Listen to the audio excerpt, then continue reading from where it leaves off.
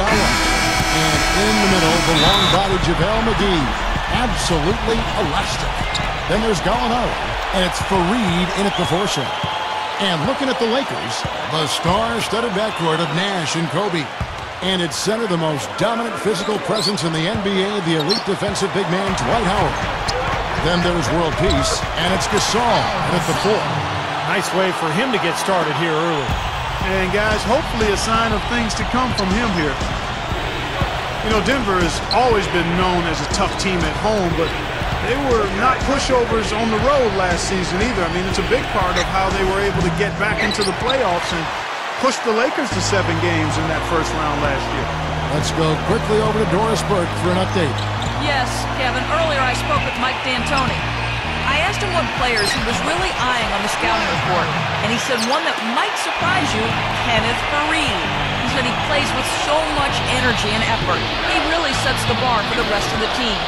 If we can limit his impact on the game, I think it'll really be to our advantage.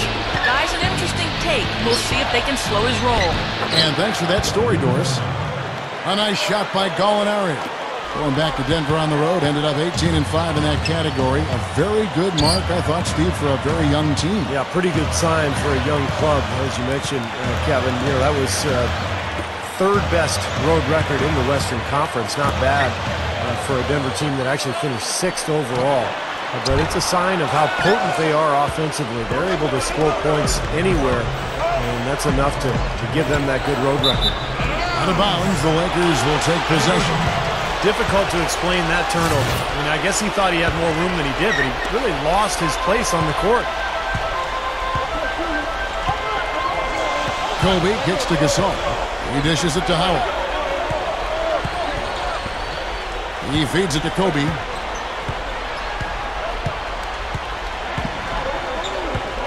Just 5 to shoot. And Howard with the stuff. Throwing it down with one hand and making it look easy. Easy and fun. He just thrives on making the D look silly. Yeah, which is something he does pretty often, Kevin. You know, one of the strongest players in the NBA, to me, has to be Metta World Peace, also known as the Artest, formerly known as Ron. You like that, don't you, Clark? Huh? Yeah, I like that play on words. I do like that play on words. But clearly, Ron, one of the strongest guys who have ever played. This has been the start that they had hoped for, coming out knocking down 4 of their first 5 shots. McGee is screen on Nash. Iguodala kicks to McGee. Gallinari. Here's Fareed. And another miss by Denver. And for Metta World Peace, some have said the name is a little ironic when you look at that elbow he threw that caught James Harden right in the head late last season in Los Angeles. Well, throughout his career, we know Metta World Peace, formerly Ron Artest, has been very erratic.